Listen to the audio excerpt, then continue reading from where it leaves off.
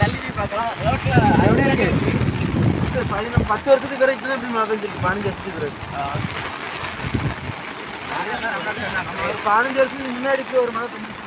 15 வருஷம் இல்ல, கொஞ்சம் வருஷம் முன்னாடி கொஞ்சம் பெஞ்சு. ஒரு 9-10 வருஷம் முன்னாடி. 10 வருஷம் 15 வருஷம் நான் ஸ்கூல்ல படிக்கணும்.